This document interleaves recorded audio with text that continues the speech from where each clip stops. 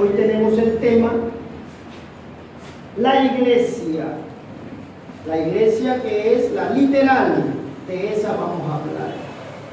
Vamos a abrir nuestra Biblia en Mateo, capítulo 16, versículo 18. Mateo, capítulo 16, versículo 18. Su palabra la leemos en el nombre del Padre, Hijo y Espíritu Santo, un solo Dios verdadero. Leámoslo desde el 13, mis amados hermanos, hasta el 20. Viniendo Jesús a la región de Cesarea de Filipo, preguntó a sus discípulos, diciendo: ¿quién dicen los hombres que es el Hijo del Hombre? Ellos dijeron: unos, Juan el Bautista, otros Elías, otros Jeremías, o algunos de los profetas. Él les dijo, Jesucristo les vuelve a decir a los discípulos: ¿y vosotros, quién dices que soy yo? Respondiendo Simón Pedro dijo: tú eres el Cristo, el Hijo del Dios viviente. Entonces respondió Jesús: bienaventurado eres, Simón, hijo de Jonás, porque no te lo reveló carne ni sangre, sino mi Padre que está en los cielos. Y yo también te digo que tú eres Pedro, y sobre esta roca edificaré mi iglesia, y las puertas del infierno no prevalecerán contra ella. Y a ti te daré las llaves del reino de los cielos, y todo lo que atares en la tierra será atado en los cielos, y todo lo que desatares en la tierra será desatado en los cielos. Entonces mandó a sus discípulos que a nadie dijeran que él era Jesús, el Cristo. Elevemos una oración. Padre que estás en los cielos, Señor, te damos gracias por tu palabra que es bendita por los siglos de los siglos. Señor amado, que cuando estemos dando la enseñanza de tu iglesia poderosa, seas tú dándome sabiduría y conocimiento, Padre, en el nombre de Jesús. En cada uno de mis hermanos, Padre, con esa sabiduría y ese conocimiento, para que ellos también aprendan lo que representa la iglesia santa del Señor. Gracias te damos. En el nombre de Jesús. Amén, amén. Mis amados hermanos, cuando Cristo le dice a Pedro: y yo también te digo que tú eres Pedro, y sobre esta roca edificaré mi iglesia, y las puertas del Hades no prevalecerán contra ella. Vamos a hacer una aclaración rápidamente a los romanistas. ¿Cuántos fueron romanistas aquí? Que ustedes eran testigos de Jehová, mormones, bautistas, ¿qué eran ustedes? Yo pensé que ustedes eran romanistas. En primer lugar, mis amados hermanos, viendo las Sagradas Escrituras, vamos a dar una entradita rápida a eso, porque ellos dicen que ellos son la iglesia verdadera de Jesús. Ellos dicen que son la única iglesia, que si tú no estás en esa iglesia no te salvas. Eso dicen ellos. ¿Cuántos han escuchado eso? No lo he escuchado. Que fuera de la iglesia católica nadie es salvo. ¿Acaso aquí Cristo vino a establecer una iglesia de 4 paredes? Para que esa digan cualquiera que esta es la iglesia verdadera, y si tú no te congregas te vas a perder. Entonces, si tú no vienes a la iglesia, te vas a perder. ¿Amén o no amén? No te vas a perder. Pero sí vas a perderte por tus actos de no cumplir los mandamientos, que es muy diferente. Porque el desobedecer un mandamiento te va llevando poco a poco en decadencia espiritual. Esa es la diferencia. A la larga, al desobedecer el hombre y la mujer, propiamente ellos se destruyen. Es muy diferente. Pero el que yo diga, si tú no te congregas aquí, que esta es la única iglesia que te va a salvar, nada, mi amado hermano. Ellos dicen que el Papa es el sucesor de Pedro. Ellos dicen que Pedro viene en sucesión y ahí vienen los papas. Veamos bíblicamente, mis amados hermanos, ¿quién es nuestro apóstol? ¿Quién es el apóstol de los gentiles? De los extranjeros. Pablo. Entonces, Pedro no fue apóstol de los gentiles. Pedro fue apóstol ¿de quién? De los judíos, de la circuncisión. Pablo fue apóstol de la incircuncisión, o sea, de los gentiles. Pablo es nuestro apóstol y no Pedro. Veamos Romanos 11:13. Rápidamente, Romanos 11:13.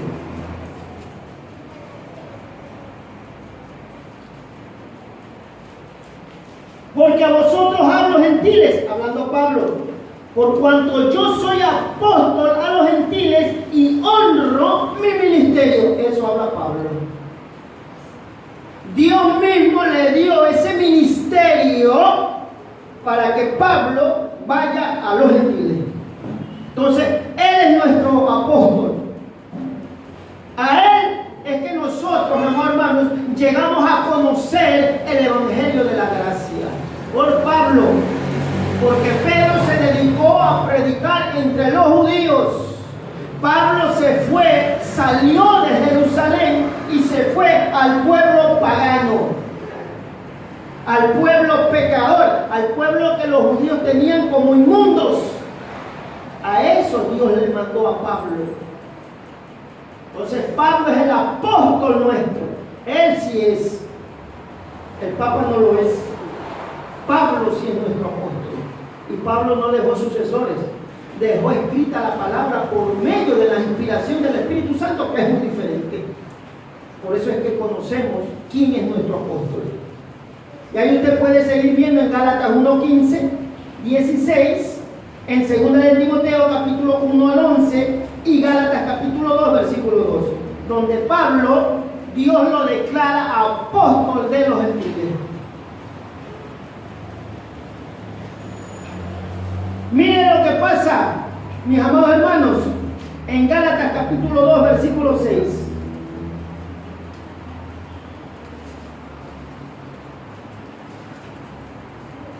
Gálatas capítulo 2 versículo 6. Miren lo que dice Pablo, mis amados hermanos, hablando en la iglesia, enviándoles la carta a la iglesia de la iglesia de Gálatas.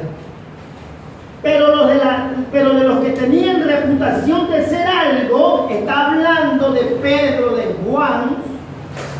¿Ah?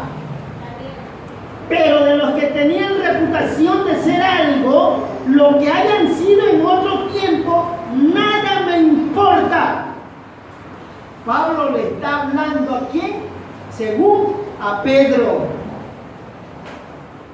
De lo que ellos hayan sido en otro tiempo no me interesa a mí. Porque Dios dice no hace excepción de personas. Entonces Pablo le está dando en la mera boca a Pedro. Y ya vamos a ver algo más duro que Pedro le dice. A mí pues los de reputación nada nuevo me comunicaron. ¿Usted cree que él estaba hablando con orgullo? Con jactancia, no, hermano. Pablo, ¿por quién fue enseñado directamente? Por Cristo, allá arriba en el cielo. Él dice, conozco un hombre que fue arrebatado al cielo, no sé si en el espíritu o en la carne, que escuchó cosas inefables, o sea, cosas que nunca han escuchado hombres. Entonces el mismo Cristo lo sentó ahí, ven, yo te voy a enseñar todo lo que yo le enseñé a los discípulos. Y aún más te voy a enseñar muchas revelaciones, muchas cosas que tú dirás a tu tiempo al pueblo gentil en la cual yo te voy a mandar. Y ahí mi Cristo le enseñó allá arriba todo lo que le enseñaron a los discípulos cuando estuvo Cristo en la tierra y aún más cosas. Por eso él dice que conoce cosas difíciles de entender. Ni aún él mismo a veces no podía entender. Cuanto más el hombre que no está en el Espíritu nunca va a entender nada, mis amados hermanos. Miren, mis amados hermanos, cómo tira por los suelos al Papa Pedro del Evangelio de la incircuncisión. Y a Pablo le dio el de la circuncisión. ¿Cuáles eran las columnas principales de la iglesia primitiva, mis amados hermanos? ¿Quién está en primer lugar? ¿Ah? No, estoy hablando cuando Pedro les está hablando, a mí ellos nada me enseñaron. La columna principal de la iglesia primitiva era primero Jacobo, Cefas, que es Pedro, y Juan. Recuerden que Jacobo era el hermanastro de Jesucristo, porque era un apóstol, un discípulo de Cristo llamado Jacobo, hermano de Pedro, hermano de Juan, fue muerto. Lo mataron a espada a un discípulo, a un apóstol. Pero este Jacobo que habla fue hermano de Jesucristo. Y él era uno de los principales de la iglesia primitiva. Entonces no está hablando de Pedro, porque si hubiese sido así, hubiese puesto la columna principal, Pedro, Jacobo y Juan. No, pone primero a Jacobo. Ya vamos a ver. Vamos a Gálatas. Sigamos ahí en 2, veamos el 7, el 8 y el 9, mis amados hermanos. El 7. Antes, por el contrario, como vieron que me había sido encomendado el evangelio de la incircuncisión, como a Pedro, el de la circuncisión, pues el que actuó en Pedro para el apostolado de la circuncisión, o sea, para los judíos, actuó también para mí, dijo Pablo, para los gentiles. Y reconociendo la gracia que me había sido dada, ahí están los nombres de la iglesia primitiva, los principales, y reconociendo la gracia que me había sido dada, Jacobo, Cefas, Pedro y Juan, que eran considerados, mire, como columnas. ¿Cuáles son las columnas de esta casa? ¿Cuáles son? Los pilares. Esas son las columnas principales.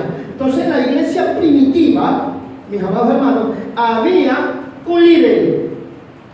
Y ese líder estaba sobre ellos. Sobre Jacobo, sobre Cefas, que es Pedro, y sobre Juan, mis amados hermanos.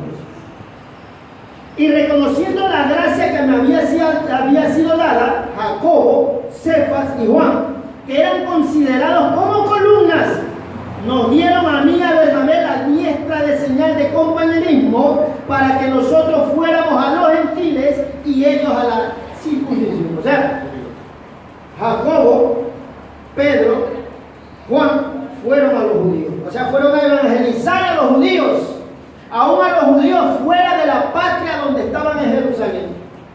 Pero Pablo fue a los de la circuncisión, a los de la incircuncisión. O sea, fueron a los gentiles, a los paganos, a los idólatras, a los malos y perversos. A eso fue Pablo. Cristo, hermanos, que era más difícil: ir a predicar a su propia gente o ir a predicar a gente extraña. ¿Qué cree usted que era más peligroso? ¿Por qué cree que usted escogió Dios a Pablo? Porque ese hombre era de carácter. Ese hombre no le temía la muerte. Ese hombre tenía valores. Ese hombre en los momentos de conflictos, de tanta cosa dura, él no corría. Él se quedaba ahí. Por eso es que Dios lo escogió. Porque cada ser humano nace con diferentes caracteres. Unos son cobardes, medios cobardes.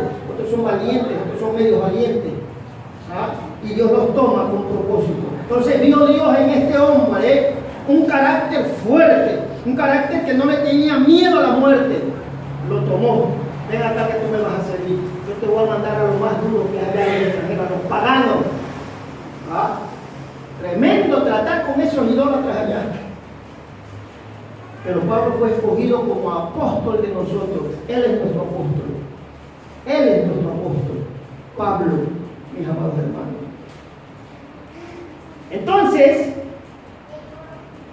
volviendo, mis amados hermanos, a Mateo 16, 18, para afirmar según los romanistas, que ellos dicen que en Cristo edificó la iglesia en Pedro. Es por eso que se toma la sucesión. Los papas. Ahí dice, mira, aquí está. Sobre Pedro es donde nace la iglesia católica apostólica romana. Hasta el nombre los delata. Cristo dejó iglesia católica apostólica romana. Cristo dejó una iglesia que primero se llamaban los del camino. Después le llamaban los discípulos, los seguidores de Cristo. Después los llamaron cristianos. Y al final, pues, evangélicos. Nosotros sí nos representamos como cristianos evangélicos. Mis amados hermanos, tenemos el nombre bíblico. Miren, hermanos, sobre esta confesión edificaré mi iglesia. Cristo, Jesús, recuerden que el ungido significa Cristo, ungido. Cristo les hace la pregunta. Volvamos, mis hermanos, a Mateo 18, para darle una repasadita rápido, porque estamos afirmando cuál es la iglesia verdadera de Jesucristo. Mateo capítulo 16, 18. Volvamos a él. Mire, ¿por qué Pedro dice, cuando Cristo hace la pregunta, no se la hace específicamente a Pedro, sino se la está haciendo a los discípulos? ¿Sí entiende usted, mi hermano? 16. Viniendo Jesús, dice, de la región de Cesarea de Filipo, preguntó ¿a quién? A Pedro. ¿A quién preguntó? Si están conmigo, ¿a quién preguntó? ¿De quién es el Hijo de Dios? Dice, viniendo Jesús a la región de Cesarea de Filipo, preguntó a sus discípulos, no le preguntó a Pedro directamente. La pregunta fue hecha a todos los discípulos que estaban con él, diciendo, ahí les va la pregunta a ellos, ¿quiénes dicen los hombres que es el Hijo del Hombre? Les hace la pregunta a todos. ¿Quién dicen los hombres que es el Hijo del Hombre? Mira, ahí empiezan a contestar los discípulos. Ellos dijeron, ahí empiezan a hablar, no sé, ahí quién habrá dicho primero, segundo y tercero. Dicen, unos dicen que tú eres Juan el Bautista. Ahí habla otro. Otros dicen que tú eres Elías. Ahí habla otro. Otros dicen que tú eres Jeremías. Otros dicen, o algunos de los profetas. O sea, ahí hubo libertad para que hablen. Miren lo que sigue diciendo. Respondiendo, ahí viene Simón Pedro. Recuerden que este hombre llamado Pedro también era un hombre valeroso. También era un hombre que, mi amado hermanos, no le temía a nada. Un hombre valeroso. Siempre él tomaba la iniciativa. Pedro. Y mira lo que dice. Respondiendo Simón Pedro dijo. Recuerden que Jesús les preguntó a todos, pero Pedro le ilumina a Dios para que conteste lo que Cristo quería escuchar. Respondiendo Simón Pedro dijo, ahí viene la inspiración de Dios. Tú eres el Cristo, o sea, tú eres el ungido de Jehová, el Hijo del Dios viviente. Le contesta Pedro. Entonces respondiendo Jesús le dijo, bienaventurado eres Simón, hijo de Jonás, porque no te lo reveló carne ni sangre, sino mi Padre que está en los cielos. O sea, esa inspiración vino directo del cielo hacia Pedro, a la mente de Pedro. Y mira lo que dice el 18, donde ellos toman los romanistas este texto. Y yo también te digo que tú eres Pedro, y sobre esta roca, recuerden que Pedro en griego significa piedrecitas. Tú que tienes el griego, busca. Pedro significa piedrecitas, piedrecitas. Y sobre esta roca edificaré mi iglesia. Ahí hay coma. O sea, sobre esa confesión que tú dijiste que yo era el Cristo, voy a edificar mi iglesia. Oiga, porque Cristo no puede edificar su iglesia en un hombre. ¿Por qué? Porque el hombre muere rápido, es infalible, el hombre peca, el hombre falla, como Pedro lo hizo. Después veremos cómo Pedro empezó a pecar, a hacer lo malo. Entonces le dice, mis amados hermanos, bienaventurado eres Simón, hijo de Jonás, porque no te lo reveló sangre ni carne, sino mi Padre que está en los cielos. Y yo también te digo que tú eres Pedro, tú eres una piedrecita, y sobre esa confesión que tú dijiste, voy a edificar mi iglesia. Entonces el hombre no tiene la capacidad de ser alguien que va a edificar la iglesia santa del Señor. ¿Y qué le sigue diciendo? Y las puertas del Hades no prevalecerán con ella. O sea, la muerte no va a tocar a mis hijos en un sentido de muerte, condenación eterna. Entonces, ¿usted cree que el hombre tiene la facultad de liberar al hombre de la muerte, de la condenación eterna? El hombre, el Papa, ¿puede liberar a otro hombre de la condenación eterna? No lo puede hacer, porque él es un hombre, un ser humano que se enferma, que tiene que ir al baño, que tiene que ir a comer, que si no se alimenta se muere. Un hombre que está propenso a fallar, a pecar, a hacer lo malo. Entonces sobre Pedro no puede descansar la iglesia santa del Señor. La iglesia santa del Señor descansa en la roca que es Cristo. Entonces, hermanos, y yo también te digo que tú eres Pedro, piedrecita, y sobre esta roca, que es Cristo Jesús, edificaré mi iglesia. O sea, sobre la confesión que tú dijiste, que yo soy el Cristo, el Hijo del Dios viviente. Sobre esa roca yo voy a fundar, sobre esa confesión que tú dijiste. Y las puertas del infierno no prevalecerán con ella. Y a ti te daré las llaves del reino de los cielos. Hay muchos que piensan que el Papa tiene toda la autoridad. Eso está hablando para todos los que estaban ahí. Sino que como Pedro también era un hombre intrépido, un hombre valiente, sobre él descansó que todos recibieran esa autoridad, mis amados hermanos. Y a ti te daré las llaves del reino de los cielos. Y todo lo que atares en la tierra será atado en los cielos, y todo lo que desatares en la tierra será desatado en los cielos. Entonces le mandó a Jesucristo decirle que no digan a nadie sobre eso. Recuerden que eso de atar y desatar era un término común del hablar de los judíos. Recuerden que cuando Cristo quería llevar una enseñanza, tomaba parábolas. O sea, una parábola, una enseñanza de la vida diaria, y le hacía un mensaje de edificación para que el hombre pueda entender. Mis amados hermanos, al final veremos esa pregunta, mis amados hermanos. Entonces, mis amados hermanos, y las puertas del Hades no prevalecerán. O sea, ni el poder de la muerte podrá vencer a la iglesia poderosa de Cristo, porque si matan esta carne, ¿qué pasa? Mi alma se va a poner. Eso es que no puede la muerte tocar tu vida, tu alma, para llevarla al infierno. Ya no puede. Antes podía hacerlo, pero ya no. Cuando mi Cristo murió en la cruz del Calvario y resucitó, le quitó las llaves, o sea, la autoridad de tomar las vidas y llevárselas al infierno sin permiso de Dios. Eso hacía Satanás antes de que mi Cristo venga y muera en la cruz del Calvario. Él se llevaba a quien quería, pero no podía llevarse en ese tiempo antiguo de los hombres que vivía el Espíritu Santo, mis amados hermanos. Y mira lo que dice 1 Corintios capítulo 15, 54 al 57. Sorbida es la muerte en victoria. O sea, la muerte ha sido devorada por la victoria de la cruz del Calvario.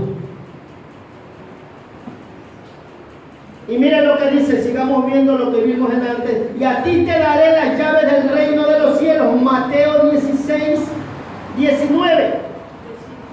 Jesús le dice a Pedro, bienaventurado, porque la enseñanza de Dios lo hacía diferente a Pedro sobre los discípulos. O sea, Pedro era un portavoz de los discípulos. Era un hombre despierto, era un hombre pila. Por eso él se convertía en portavoz de todos aquellos discípulos que estaban con él. Parece que este era el más avispado, porque así hay en grupos que hay hombres que son más avispados que otros. Y Cristo lo llama Pedro, aludiendo, o sea, refiriéndose, mencionando a su estabilidad, a su firmeza para profesar la verdad, para decir la verdad. Cristo después declara la autoridad que Pedro sería investido. Pedro habló en nombre de sus hermanos, y esto lo relacionaba a ellos con él. Todo lo que Cristo le dijo a Pedro lo relacionaba a todos sus discípulos. O sea, la autoridad que daba a Pedro le daba a todos sus discípulos. Amén o no amén. Nosotros tenemos la autoridad. Cuando Cristo le dijo a Pedro eso, desde ese momento, cuando nosotros, usted y yo venimos a Cristo, tenemos la autoridad. Tenemos la autoridad para vencer y no ser vencidos, mis amados hermanos. Entonces, Pedro habló en nombre de los hermanos y eso lo relacionaba a ellos con todo el grupo.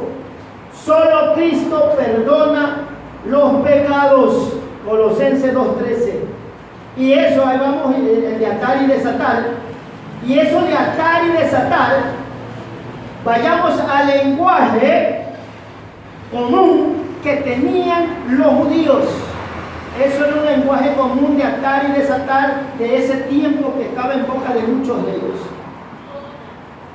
¿Qué significaba esa palabra? Prohibir y permitir o enseñar lo que es legal o ilegal. Eso significaba ese término de atar y desatar en el pueblo común de ese tiempo de Jesucristo. Entonces Cristo toma esas palabras de atar y desatar, dándole a Pedro esa autoridad, mis hermanos. O sea, él podría prohibir y permitir o enseñar lo que es legal o ilegal. Entonces tenemos la autoridad de Cristo como iglesia, usted y yo. Mire lo que dice Marcos 16, 17 y 18. ¿Qué es lo que dice ahí, mis amados hermanos?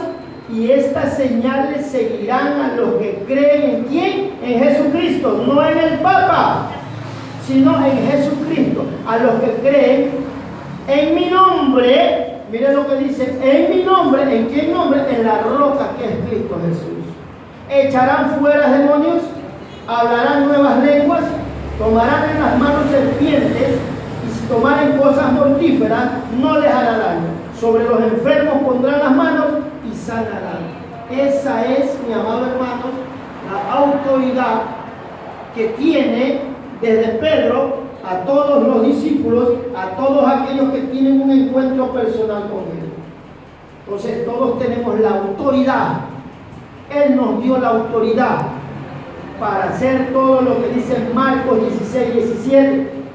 Y veamos Mateo 10, 1.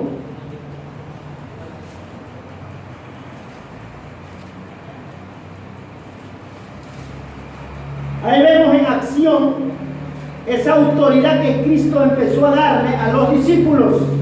Entonces, llamando a sus 12 discípulos, les dio autoridad sobre los espíritus inmundos para que los echasen fuera y para sanar toda enfermedad y toda dolencia. Ahí está la autoridad que Cristo le daba a Pedro y a los que estaban con él. Porque usted cree que solo a Pedro le dio eso. A Pedro solo le dio toda esa autoridad. No, a todos los discípulos. Y ahí también ejercen en la iglesia primitiva, empiezan a ejercer los dones que Dios le había dado, la autoridad que Dios le había dado, mis amados hermanos.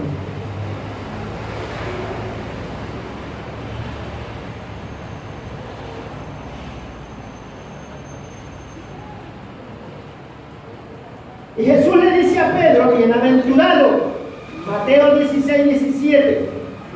Jesús le dice a Pedro, bienaventurado, dichoso, feliz. ¿Por qué? Porque La enseñanza de Dios lo hacía diferente a sus discípulos, porque era el portavoz, mis amados hermanos, de aquellos discípulos que andaban con Jesucristo. Y Cristo lo llama a Pedro, ¿verdad?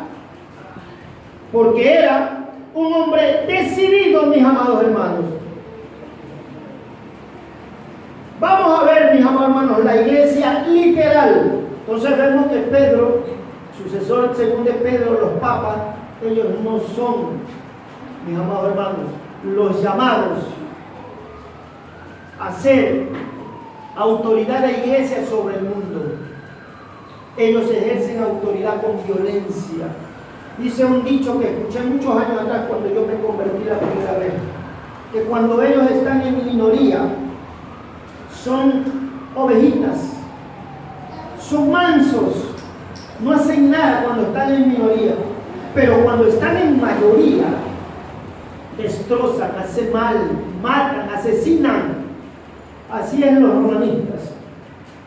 Cuando están en mayoría, o sea, cuando tienen dominado una nación, o tienen dominado naciones, porque ellos gobernaban antes, siglo XVI, siglo XIV, siglo XIII, XVII, gobernaban naciones, y hombre y mujer que no era católico, apostólico, romano, los mataban, los perseguían, los torturaban. ¿Ah? Así eran ellos. Entonces, cuando están en mayoría, son unos lobos feroces. Y Dios los tenga todavía en minoría, mis amados hermanos. La iglesia literal. Cristo es la cabeza del cuerpo que es la iglesia. Colosenses 1:18. Colosenses 1:18, mis amados hermanos. Miren lo que dice. Y Él, quien Cristo Jesús, es la cabeza del cuerpo que es la iglesia. O sea, usted y yo. Aquí la cabeza principal, el que mueve todo esto es Cristo Jesús. El primogénito de entre los muertos. El primogénito entre los muertos. Para que toda lengua, la preeminencia, por cuanto agradó al Padre que Él habitase en Él toda la plenitud. Entonces nosotros tenemos a Jesucristo como nuestra roca principal.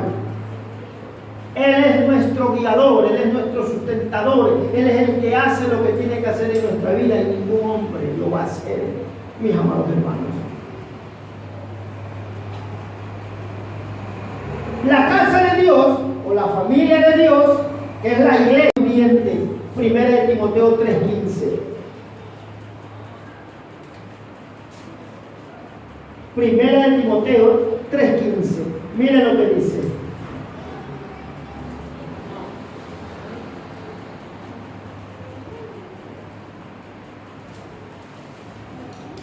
Timoteo 3:15. Para que si tardo sepas cómo debes conducirte, que dice, en la casa de Dios, que es la iglesia del Dios vivo, viviente, columna y baluarte de la verdad. Entonces Cristo está dando a entender, la iglesia santa de Dios, donde se reúne mi pueblo, esa es mi iglesia. Esa iglesia me pertenece.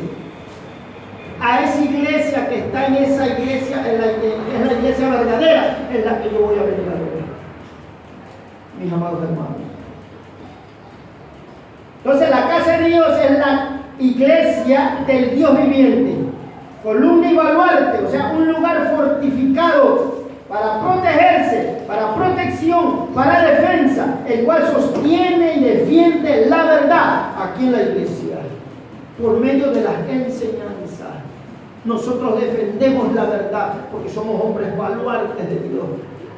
En esta iglesia se defiende la verdad de Dios, la sana doctrina, mis amados hermanos, lo que nos enseñaron nuestros primeros padres. Mire, mis amados hermanos, al hablar de las iglesias, Apocalipsis 1, 4 y 8 al 8, Cuando manda las salutaciones a las 7 iglesias, entonces habían y hay iglesias de 4 paredes donde se reúne el pueblo de Dios. Salutaciones a las 7 iglesias. ¿A quién le manda las salutaciones? Juan, a la iglesia de Éfeso, a la iglesia de Esmirna, a la iglesia de Pérgamo, a la iglesia de Tatira, a la iglesia de Sardis, a la iglesia de Filadelfia, a la iglesia de Laodicea, ¿verdad? ¿Y a quién le manda? Al ángel de la iglesia. ¿Quién es el ángel de la iglesia? El pastor. Entonces, desde ese tiempo ya existían las iglesias santas del Señor. Y aquí usted ve, desde el libro de la iglesia primitiva, usted no oye hablar de sucesión apostólica. Usted no oye hablar que Pedro es el primer papa y ahí siguen el resto. Mentira. Si alguien me dice que en la iglesia primitiva o en las cartas de los apóstoles el papa ya dominaba, ya gobernaba, yo me hago católico nuevamente. Cuando Pedro fue llevado a Roma preso, cuando ya la iglesia estaba en formación, cuando fue a la iglesia, ahí no halló al papa, a Pedro. Él fue a Roma, pero no encontró a nadie, vaya, ni conocían del evangelio. Porque los que oyeron hablar a Pablo decían, nosotros no hemos oído nada de eso. Y Pablo les empezó a hablar. O sea, esa iglesia, allá en Roma, no había todavía iglesias. Ya cuando estaba a punto de fenecer ya todos los apóstoles. No se nombra papa. Aún Juan no dice va a quedar sucesor Pedro. Nada de eso dice. ¿O usted ha encontrado algún texto, mis amados hermanos? Yo no encuentro ninguno que le den gloria, alabanza, honra a un hombre, mis amados hermanos. Eso no hay nada aquí, mis amados hermanos. En la iglesia, una pregunta, mis amados hermanos. En la iglesia literal, en esta iglesia, ¿vive Dios? Porque muchos hacen Dios a la iglesia. No, mi iglesia es la mejor. Mi iglesia es esto. O sea, ya cuando hablas con jactancia, cuando lo hablas con soberbia.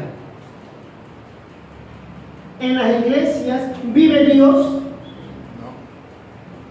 Es una pregunta. ¿Vive Dios en las iglesias literales? Mire lo que dice Isaías 66:1. Jehová dijo así. Mire lo que dice a través de esta profecía de hace siglos atrás, el profeta Isaías. Jehová dijo así: el cielo es mi trono y la tierra es el estrado de mis pies. Ahí viene la pregunta. ¿Dónde está la casa que me vas a hacer o me vas a edificar? ¿Y dónde el lugar de mi reposo? O sea, tú puedes construirme una iglesia donde yo voy a estar y voy a estar ahí presente y voy a reposar ahí y voy a gobernar ahí. No, mi amor. Oiga, hermano, escúcheme bien. Si Dios descendiera aquí, todo esto se termina. Porque ninguna carne puede ver a Dios sin antes morirse, hermano. Cuando Dios descendía en la iglesia en Génesis, dice que Dios cuando bajaba en su presencia al tabernáculo, la tierra temblaba. Ninguna cosa inmunda, aún de los hombres, podían estar cerca de ahí. ¿Por qué? Porque Dios lo cortaba. Porque Dios no puede estar reunido con la inmundicia. Entonces, ¿usted cree que si el verdadero Dios bajara aquí, que está fuera su morada, quedaríamos vivos usted y yo? No quedamos vivos, mi amado hermano. Porque con esta carne donde vemos a Dios nos morimos.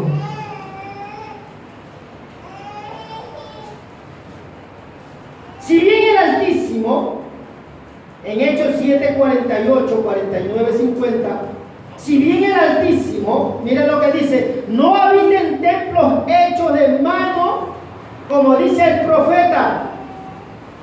Ahí usted lea lo siguiente. Entonces esta parte que yo tomé nada más, usted lea ahí Hechos 7, 48, 49 y 50. Si bien el Altísimo, o sea, Jehová Dios, no habita en templos hechos de manos de hombres, dice el profeta. Entonces, Él no vive en esta casa de 4 paredes. Tal vez usted diga, el pastor está cambiando el mensaje. El pastor está hablando otra cosa. No, mi amor. ¿Cuál es el templo ahorita verdadero? ¿Cuál es la iglesia ahorita verdadera? Una iglesia que camina, que ve, que oye, que vive en santidad, que vive en obediencia. ¿Cuál es la iglesia verdadera? ¿Dónde vive Dios en este tiempo?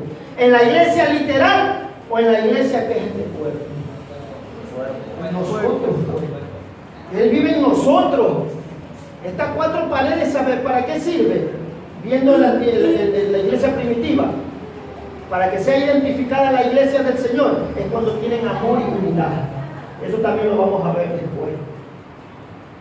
Dios dejó esta iglesia visible, literal, para que sea reflejado en ellos, en nosotros, el amor y la unidad. Aún los dones, lo que te haga, lo haga. No, Él quiso primero que vean el amor y la unidad que había en nosotros. Nada de celos, nada de egoísmo, nada de resentimiento, nada de carne. Él quería ver amor y unidad entre todos los hermanos. Aún a los hermanos que se han torcido, los amamos. Aún los hermanos que son liberales, los amamos. Entonces, mis hermanos, el templo somos nosotros. Entonces, como está Dios en la iglesia, ¿cómo está Dios en la iglesia? Mateo 18:20. Nosotros traemos la presencia de Dios. Él vive en nosotros, porque donde están, ¿qué dice? 2 o 3 congregados en mi nombre, allí yo estoy en medio. Escúchame bien. Nosotros nos reunimos como pueblos santos, templos de Dios, en la adoración, en la alabanza, en la humillación a Dios. Traemos su presencia. Él desciende sobre el campamento que está lleno de santidad y obediencia.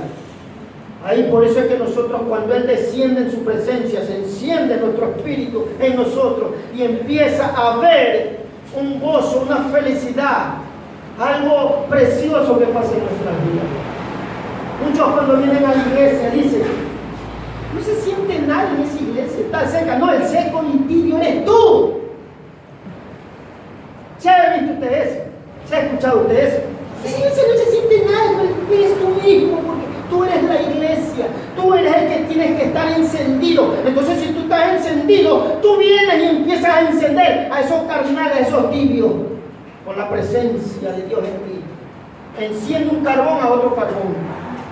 Pero como eres tibio, eres apagado, vives una vida desordenada, vives una vida desobediente, por eso es que no sientes nada. Y excusas a la iglesia, culpas a la iglesia. La iglesia está fría, el frío eres tú. Porque tú estás apagado, no estás encendido. Entonces nosotros traemos la presencia de Dios porque Él vive en nosotros. Ya vimos Mateo 18:20, donde están 2 o 3 congregados en mi nombre, ahí yo estoy. O sea, ahí se manifiesta Dios. Donde 2 o 3 personas en humildad, en santidad, en obediencia, ahí se manifiesta Dios. Y como Dios es bueno, les da bendiciones a los carnales, a los tibios, a los desobedientes, les da la bendición, mis amados hermanos. Entonces, mis amados hermanos, vino la promesa del Espíritu Santo para los discípulos y ahí se regó para cada uno de ellos. Hechos capítulo 1, versículo 4, 5 y Hechos capítulo 2, versículo 1. Ese es el Espíritu Santo que sostiene a la iglesia, o sea, a usted y a mí. Después lo vean. Entonces, mi amor, hermanos, eso es la iglesia santa. Recién estamos empezando al salir de Dios. La iglesia santa del Señor la componen hombres santos y obedientes. Esos son los que componen la iglesia. Y hay que vivir para que la iglesia viva en un ambiente de paz, de unidad y de amor. Pongámonos de pie, mi amor.